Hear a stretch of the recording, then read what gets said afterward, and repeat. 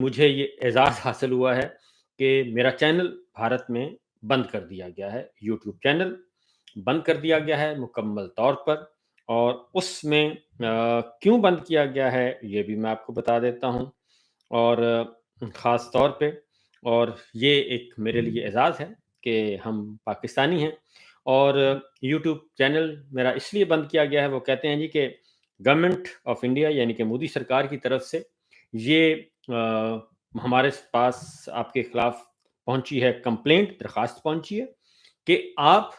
بھارت کی قومی سلامتی یعنی کہ مودی سرکار کی قومی سلامتی کے لیے خطرہ ہیں، نیشنل سیکورٹی کے لیے خطرہ ہیں، لہٰذا آپ کا جو چینل ہے وہ بھارت میں نہ دکھایا جائے۔ لہٰذا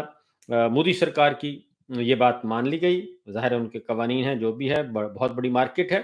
اور میرا یوٹیوب چینل بند کر دیا گیا ہے، بلاک کر دیا گیا ہے وہاں پہ، اور مجھے وہاں پہ نہیں سنا جا سکے گا، نہیں دیکھا جا سکے گا۔ تو بہرحال ہم آواز تو بلند کرتے رہیں گے، اور پاکستانی سرکار نے تو ہمارے جو ہمارے جرنیل بھائی ہیں، انہوں نے تو پہلے ہی بند کر دیا تھا، مجھے بین کیا ہوا ہے پاکستان میں، اور میں کسی ٹی وی چینل پہ نہیں آ سکتا، اور میں کسی ٹی وی چینل پہ نہیں آ سکتا، میں کسی ٹی وی چینل پہ جاب نہیں کر سکتا، میں تجزیہ کار کے طور پہ نہیں آ سکتا، اور تو اور میری کوئی خبر نہیں چل سکتی۔ پھر اس کے بعد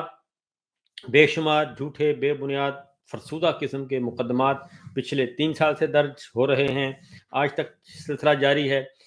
پہلی ایف آئی آر میرے اور شہید ارشد شریف پہ رجیم چینج آپریشن کے